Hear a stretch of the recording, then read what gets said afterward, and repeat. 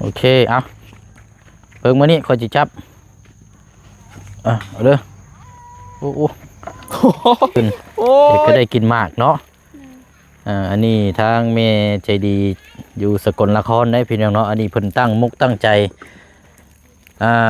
แต่3 โมงฮอด4 โมงมื้อพาลูกมื้อปลูกประมาณสักขุดประมาณจักครึ่งนึงนะนี่เนาะโดย6 โมงลูกเขาถามโดยแม่เป็นหยังเจ้านอนไวแท้เพราะว่าเมื่อยแห้งลูกเอ้ยเขาอยากนอนพักติดเวียดแต่นั่นหลายเนาะ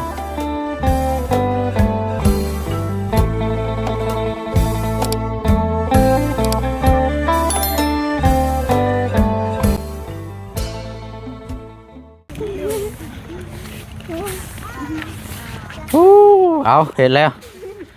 ทั้งหาบน้ำทั้งลูกโคตรแล้วนี่เบิ่งได้หลายล่มได้เนาะอันทางอันเจืองยังบ่ทันมาเนาะโอ้ยเบิ่งพี่น้องเอ้ยเนาะน้องพลักยังบ่นอนบ่เอาอันนี้หาบน้ำมาหดมันบ่ละมาหดของปลูกของพังเนาะเพราะว่ามันสีเหี่ยวมันสีอันนี้แหละพี่น้อย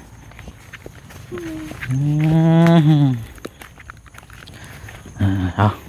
เนาะใช้เบิ้งอันลงได้บ่เดี๋ยวบุเชงจับให้ก็ได้มาจะยืนพี่มาพี่ก่อนก็ได้โอเคเอาเบิ้งมานี่คอยจิจับเอาเด้อโอ้โอ้ยเกือบพี่อะเอาสบายดีล่ะเด้อสบายดีโอ้ยเนาะ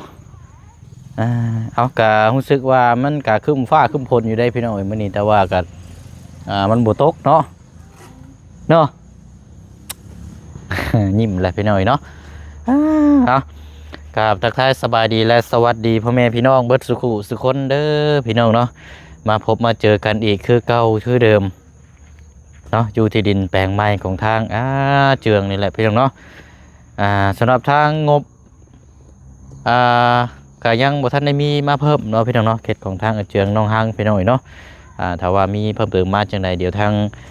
บ่เชิงแจ้งทางพ่อแม่พี่น้องโดยฮู้ได้ทราบนํกันอีกทีนึงเนาะพี่น้องเนาะเอาผู้ตัดมาแล้วกับผู้เนาะมองไปฟังนั่นพี่น้องตรงข้ามทางน้องอ่อนเนาะคอยเดี๋ยวเด้อเบาโอ้ว้าเบิ่งเนาะขุดแถวนี้ไล่ไปแล้วนี่เนาะโอ้ยทั้งลูกทั้งเต้าพี่น้องเนาะ4 คนโอ้เอาเดี๋ยวจังน้อยสิย่างไปเบิ่งเนาะมาเบิ่งทางนี้บัดนี้โฮดบ่ล่ะบัดนี้จะสิโฮดนี่บ่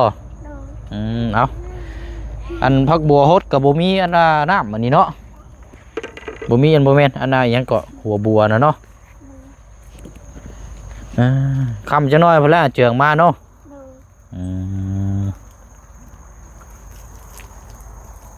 โอ้เบิ่งเรือแพน่ะมัดดีอยู่บ่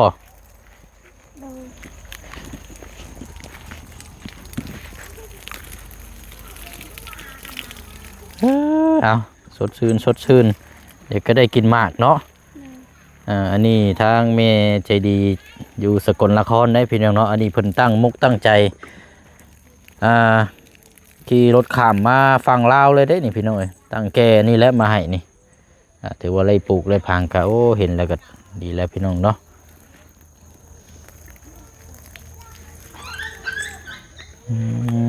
เนาะ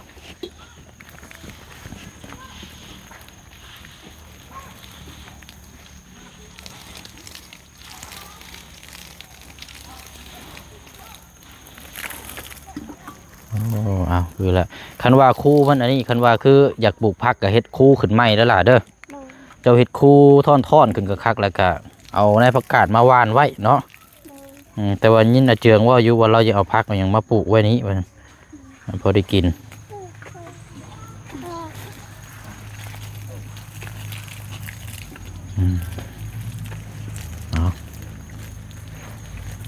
บดแล้วบ่บดนี่เพิ่นยังกกม่วงยังอีกอยู่ได้เนาะปลูกของพังไปหน่อยเนาะ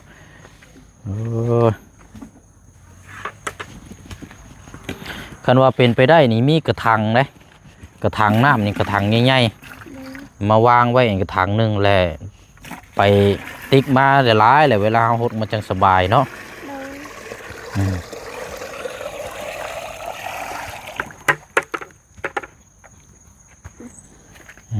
เนาะ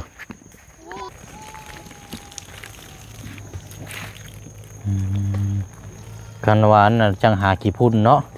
เอาขี้พุ่นขี้งัวมาใส่มีอยู่บ่ล่ะขี้พุ่นขี้งัวมีอยู่บ่บ่มีเอาไปเฮ็ดไป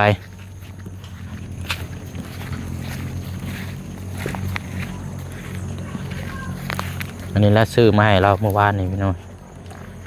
กกใหญ่ที่จะเป็นลอกนี่ก็ได้กินนั่นอีกอะเอาเทต้องรถหลายว้าลงรถเลยพงมาพี่บ้านบัวโอ้ยโหทางนี้ก็เนาะก้มช่องเบิ่งได้เรากะ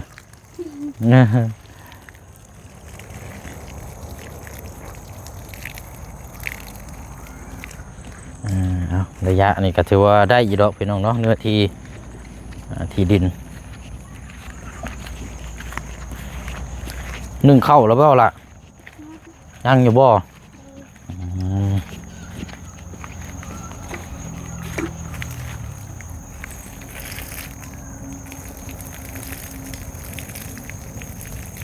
ท่านก็เจืองมาช่วงแรงๆพอแล้วเดี๋ยวไปเชิญสิเข้าไปหายทีนึงเด้อแล้วมารอบนึงแล้วบ่มาแล้วรอบนึงแล้วไปต่ออีกชั้นบ่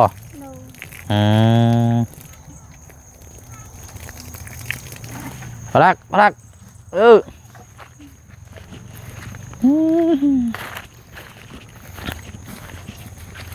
โพนดินตัวนี้อาจจะได้เบื้องก้อนหาจิตให้ทางอาเจืองขุดไล่ลงตัวนี้บางเทื่อกะเบื้องก้อนจังว่ากันอีกเท่านึง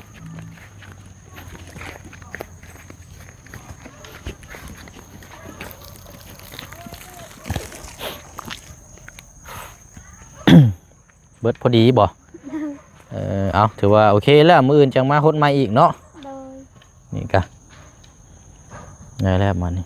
ใครอยู่บ่มีงัวบ่มีแพะเนาะคือมีงัวพวกของสัตว์เขาอย่างบ่อยู่แล้วนี่เจ้านี่เรียบร้อยแล้ว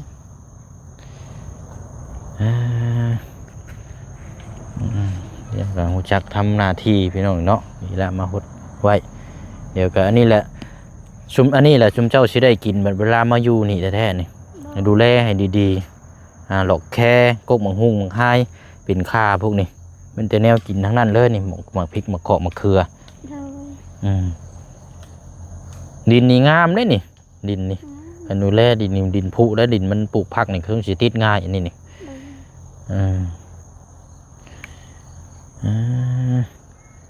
เอาดีแล้วเนาะจ้าใช่ยิ้มอยู่ฮะไว้นี่ยิ้มแบบนี้มันกินลายพดบจักนี่บ่จนเอียกินลายจนเอียหักงอกเนาะ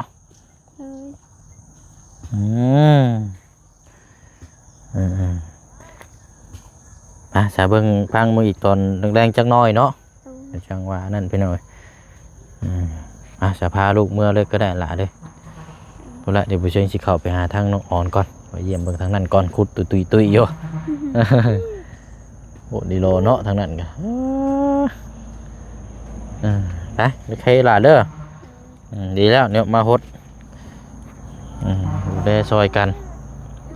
เป็นเสาเป็นยังเขากับปกไว้นี่แหละพี่น้องเนาะเบิ่งผ้าพลอากาศนี่สิบ่รอดซ้ำบ่จักอันนี้จะว่าตกบ่ชักคึ้มซับเอาบ่เป็นยังหรอกเนาะครับปกไว้อยู่ไปแล้วเนาะเบิ่งเด้อเนาะเอาดีพี่น้องเนาะฮู้จักทำหน้าที่ซอยกันโอ้เนาะมาเบิ่งทางนี่บาดนี่เนาะมีแต่ขวยตูนแท้นี่บ่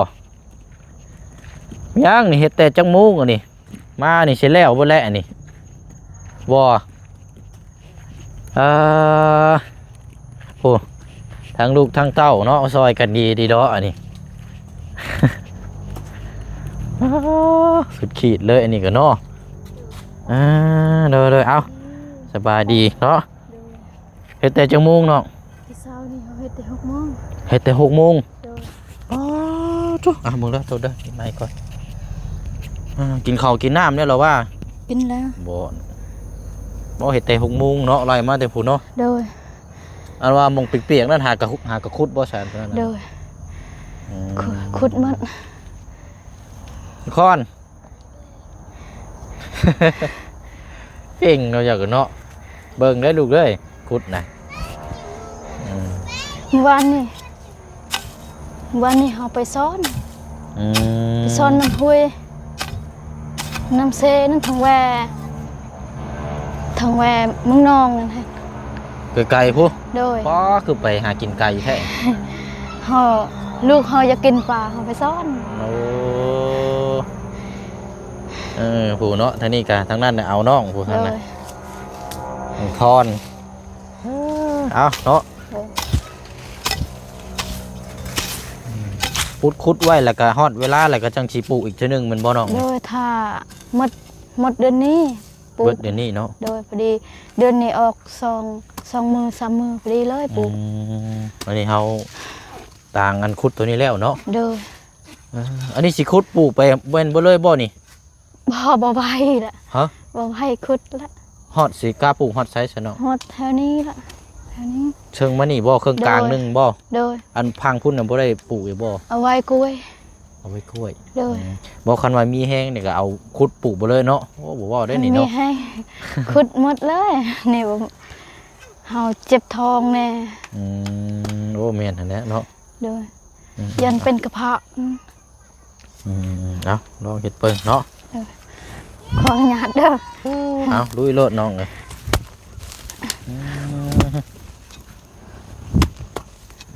ใช้อยู่ดีมันอ่อนอยู่เนาะ โดย คอนเป็นได้ใดเมื่อยบ่เมื่อยอยู่บ่ ได้จักกองเจ้า3บ่โอ้ 3-4 กองอันนี้พี่น้องเนาะซอยกันเอาคุดน่ะคือว่ามีมันมาทำอันนี้ มันเฮาปลูก มันเก่าหันบ่ โดย เอออืม เฮาอยู่คนมันเฮาติดน้องเฮานั่นผู้เดียวเฮาขมังและเฮา แบบใดนะ จักสิเฮ็ดแบบใด มัน โดย มันอยู่ไส มันติดน้องเฮาเลย ติดน้อง โดย น้องตัวฟังของน้องสอนมันบ่ โดย ยังบ่ทันได้ก้นใช่บ่ ยังเฮาอยู่คนผู้เดียวเฮายังบ่ไหว วันนี้อันเจ้าคุดออกมาแล้วบ่ ยัง ยังบ่ทันได้เฮ็ดหยังเลย โดย เขาเฮ็ดไปก่อนเนาะ โดย ลายเติบอยู่บ่มันสวนตอนนั้น หลายเฮาขายปีเก่านี่ได้5 ล้าน ปีนี้บ่ฮู้ละยังบ่ได้ขาย ปีที่แล้วได้5 ล้านเนาะ โดย เอาลองเบิ่งซะเนาะ วันซื้อนี่เฮาไปเอาแห้งแบบผู้เดียวเฮาเด้ไปเอาแห้งก็เข้าก็ไปผู้เดียวเข้าซองหมดไป อันนี้คันว่าเขาเจ้าเฮ็ดบัดเจ้าเฮ็ดเจ้าก็เพิ่นก็มาซอยคือกันอยู่บ่ โดย โอ้ระวังเด้อลูกยับออกเด้อฮะ ลูก ยับออกให้น้องออกไปก่อนเสียวเด้หมกจกจับไปดินมึงใหม่ก่อน คันขุดน้อย มันบ่ใหญ่ แม่นต้องเฮ็ดคู่ใหญ่ โดย ๆมันจังสิได้หัวใหญ่เนาะ โดย มันก็ขึ้นอยู่กับทานนั่นแหละมันหยังกะ เฮาเฮ็ดแต่ตอนเช้าตอนแลงตอนเที่ยงพักผ่อน แม่นเอาตอนแรงนะตอนอากาศเย็นๆเนาะ โดยเฮ็ดแต่3 โมงฮอด4 โมงมื้อพาลูกมื้อ สิปลูกประมาณสักขุดประมาณจักครึ่งหนึงนะนี่เนาะ โดยมื้อก็อาบน้ำลูกให้ลูกสะอาดสะอ้างก็ลูกนอนให้ลูกนอนป้อนข้าวแล้วอาบน้ำ เวียกหลายสิ่งหลายอย่างพุ่นเนาะ โดย จักสิเบิ่งลูกแน่จักสิอยากเฮ็ดเวียกนำแน่เนาะ โดย บัดนี้อันสวนนั้นน่ะในสาน้องอ่อนเจ้าสิปลูกผักอยู่บ่นั่นกัน เฮาอยากปลูกผักคือกัน อืมบ่คันว่าปลูกผักนั่นเรื่องน้ำน่ะบ่ยากเจ้ามีกระถางใหญ่อยู่แล้วว่าถางใหญ่เขียวๆนะ ทางเบาจันทร์ซื้อ เออ น้อ เอา ยๆ เวลาเจ้าปลูกผักนี่เจ้าเอากระถางมาไว้นี้ โดย แล้วบัดนี้เจ้า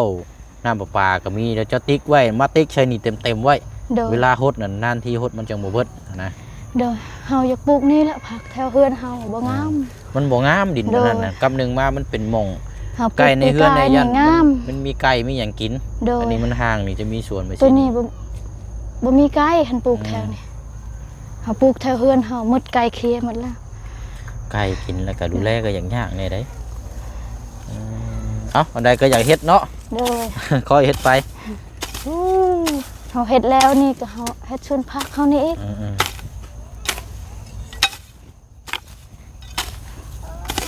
กินนี่น้องเฮาซอยเฮ็ดซอย เพื่อนก็เจ้ามาขุดหมู่บ้านนี่ โดย เบิ่งได้ลูกด้วยแม่เฮ็ดเวียกอยู่ด้วยฮะ ลูกมา อย่ามอก ลูกตะนะ หมักจกกะแน่นหนาอยู่หรือว่าบ่ได้ร้อนบ่ โดย มันแน่นอยู่บ่หมักจกจ้ะฮะ ให้ บ่ มั ได้ น รวมบ่เดี๋ยวมันขุดปิ้วไปนะฮะ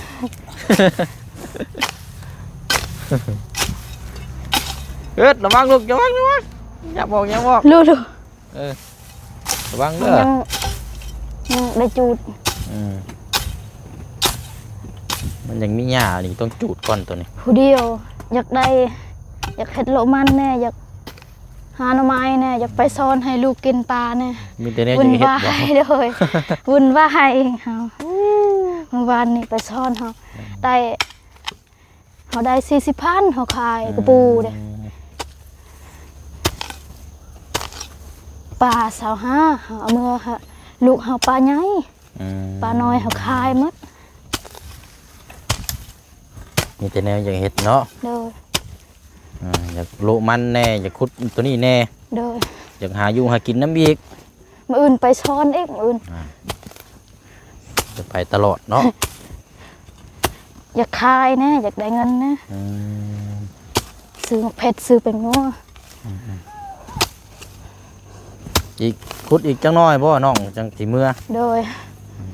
แล้วนี่ก็รู้สึกว่าขุดก็ได้หลายเติบมันนี่ก็เนาะ เดี๋ยว นี่มาเมื่อวานนี้ยังแถวนี้ยังบ่ทันได้เห็นขุดอยู่บ่พังน่ะเราขุดไว้มาถึง อ๋อตื่นแต่เช้า อืม นึ่งข้าวแล้วก็ไปเฮ็ดนี่นึ่งข้าวสุกแล้ว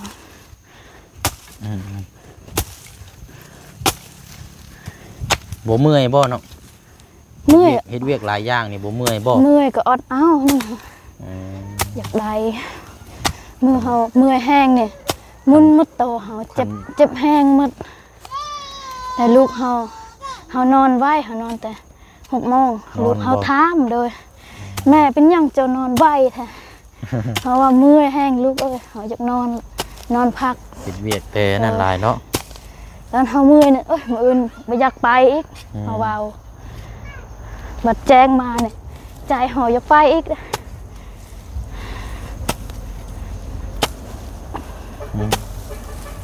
นี่แล้วอันใดก็อยากเฮ็ดเนาะว่าอันนี้คันบ่เฮ็ดก็บ่ได้เนาะ คันบ่เฮ็ดก็บ่ได้ ต้องเฮ็ดนำเฮ็ดต้องสร้าง เฮาเมื่อแต่เอาพื้นเมื่อแต่เอาพื้นตอนเที่ยงนั่นเฮาไปเอาพื้นก็บ่มีเอาพื้นสบายเฮ็ดกินได้พื้น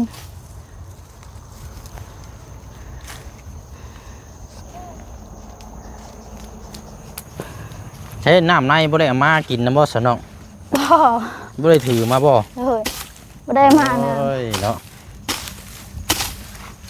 อืม เฮ็ดแล้วนี่สบายเลยใจเฮา อืม ยังบ่แล้วบ่สบายใจ เนาะ เอาเฮ็ดคุดพากันจังน้อยแล้วก็เมื่อแล้วก็จังพากันเมื่อเนาะ โดย มันก็เฮ็ดหลายอย่างในแนวเนาะเมื่อหนึ่งเข่าวหนึ่งน้ำอีกได้นี่ โดย เฮ็ดอยู่เฮ็ดกินอีกน้ำพี่น้องเอ้ยเนาะนอนตอนแรกนี่ซ้ำฮอดไม้ทุบแล้วเนาะ โดย ปวดกระตุมกระโต เฮาอยากไปซองเฮาเจ็บท้องตลอดเลยไปซองโก เจ็บท้อง โดย เจ็บแต่เฮิงนะบ่เนาะ เจ็บแต่เฮิงแล้ว เจ็บข้างใดนะ นี่เจ็บบันนี้ ข้างซ้าย โดย บ่แม่นเกี่ยวกับกระเพาะบ่ ทางกระเพาะบอนนี่นี่ ก บ ระ อน เพาะม นี่ งกลางเลยเนาะ โดยคันเฮาย่างเจ็บ เจ็บแห้ง แบบได้ซะเนาะมันใส่ติ่งไปจ้ะ โดย ใส่ติ่งแตกเนี่ยบ่แห้งเด้อันตราย น้องเฮาไปน้องเฮาให้เฮาไปซอง คือบ่ไปช่องเบิ่งซะละอยู่อันคลินิกบ้านดงเขานี่ก็ตรวจได้อยู่บ่ ได้ ไปช่องเบิ่งเทื่อ คันซองเจ็บ ย่านในย่านเป็นเซตติ้งใช่ยังได้ไปเสียงกันเจ็บมานี่ปักไปเด้อดูได้ โดย อันตรายเด้ คันเฮาย่างก็เจ็บเฮายิ้มแห้งก็เจ็บเฮา ตอนนี้ก็ยังเจ็บอยู่จังบ่ โดยเจ็บวันนี้เฮาเบาใส่น้องเฮาหายไปซองไว้ก็ แม่นบ่บางเทื่อคันเจ้าเจ็บมานี่ได้อาทิตย์หนึงน่ะบ่ มัน4 มื้อนี้ละเฮาเจ็บ 4 มื้อนี้แล้ว โดย คันว่านั่นป่านนี้ยังบ่เซาอยู่นี่ไปช่องเบิ่งก่อนล่ะเด้อ โดย ไปช่องเบิ่งบ่แพงปานใดหรอก โดย ไปช่องเบิ่งเพื่อทั้งเทื่อมันเป็นหันเป็นนี่มักแน่มันเฝ้าเฮ็ดเวียกได้ โดย มันอันตรายเนาะ เจ็บเฮาเจ็บก็อดเอาเฮาให้แล้วเวียกเฮา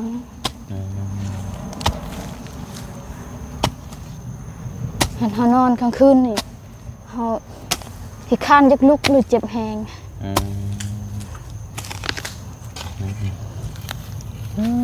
เนาะเอาคอยเฮ็ดคอยนั่นแล้วล่ะเด้อ โดย แหละพี่น้องเอ้ยเดี๋ยวก่อนน้องคอนไปน้ำบ่เชียงลูกเด้อไปเอาขนมอยู่เฮือนน้าบ่าวจ้ะเด้อบ่เชียงจอดรถไว้พุ่นเอามีแต่ว่าให้นั่นแล้วล่ะเด้อเดี๋ยวบ่เชียงสิมาเยี่ยมยามใหม่เนาะ โดย เอาบ่เชียงขอ ข ใหม่ อบ แน่ ใจก่อน โดยเอา ขอบใจบ่เสียงเด้อให้อยู่ดีมีแห้งให้สุขภาพแข็งแรงความเจ็บอย่าได้ความไข้อย่ามีปรารถนาสิ่งใดขอให้ได้สิ่งนั้น ขอให้อายไปใส่มาใส่ให้รอดปลอดภัยขอให้อายไปใส่มาใส่มีคนหักคนแพงทั้งหมดครอบครัวอายขอให้อยู่เย็นเป็นสุขขอให้อายุยืนยาวขอให้สุขกายสบายใจทั้งหมดครอบครัวแม่แก้วกับเอื้อยเจนเด้อสาธุทั้งบ่เสียงนำเด้อสาธุ เอาคันว่ามันกะยังบ่ไข้หยังไดก็ไปตรวจเบิ่งน้องเด้อ เด้อ ดูว่ามาจังใดก็จังอันนี้เนาะเจอเป็นนักมาเนี่ยมันยากเด้พี่น้องเป็นใส่ติ่งใส่หยังไปน้องคอลูกไปน้ำบ่เชียงผู้นี้นี่อยู่นี่ก่อนเด้อเดี๋ยวไปเอาขนมมาให้ใช้เกิบเจ้าบ่มีบ่ใส่เกิบบ่ไปนั่งอยู่นี่ก่อนคนนี้ก็เอาน้องระวังแต่เหยียบน้ำมาแล้วหาเกิบบ่ใส่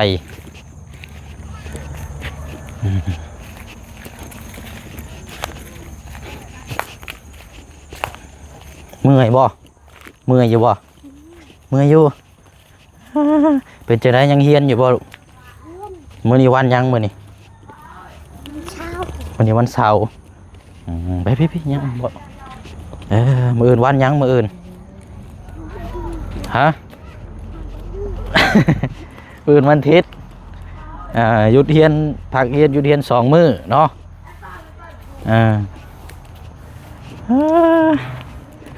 ดูก็อยากเฮ็ดพี่น้องดูก็เห็นแม่เฮ็ดแล้วก็อดบ่ได้แล้วก็เฮ็ดนำแล้วก็ทางแม่ก็นี่แหละเนาะสุขภาพและตามมาอันตรายได้พี่น้องเอ้ยเกี่ยวกับเจ็บข้างซ้ายเนาะเอาเดี๋ยวเอาขนมให้ทางนอกเพิ่นก่อนพี่น้องเอ้ยโอเคเอาแบ่งกันลูกเด้อเบิ่งเลยอันเจ้าคุดน่ะเด้อจะบ่ถึกน้องได้เด้อเอาบ๊ายบายลูกไปขอย่างเด้อ ไปเนาะก็ถือว่าเป็นภาพอีกภาพหนึ่งพี่น้องเนาะที่ทางน้องออนแล้วก็ทางน้องฮัง ต่างคนต่างทำหน้าที่เนาะแต่ว่าสุดๆก็คือทั้งผู้นี่แหละพี่น้องเฮ็ดน้องออนเนาะก็ยอมรับอยู่พี่น้องรับภาระหลายสิ่งหลายอย่างถ้าบ่เฮ็ดก็บ่ได้เนาะมันจำเป็นต้องเฮ็ดนะมันถูกด้วยบังคับนะพี่น้องเราต้องเฮ็ดต้องสร้างถ้าบ่เฮ็ดก็บ่มีกินเนาะเอายกโป้ให้พี่น้องเนาะจังได๋ก็ติดตามรับชมเบิ่งนำกันอีกเนาะไปเดี๋ยวคลิปนี้ลาพี่ลาน้องไปก่อนเด้อเนาะเดี๋ยวพบเจอกันในคลิปหน้าเนาะอยู่ดีมีแฮงร่ำรวยเบิดสุขุสุคนนะพี่น้องเด้อเนาะพบเจอกันในคลิปหน้าสบายดี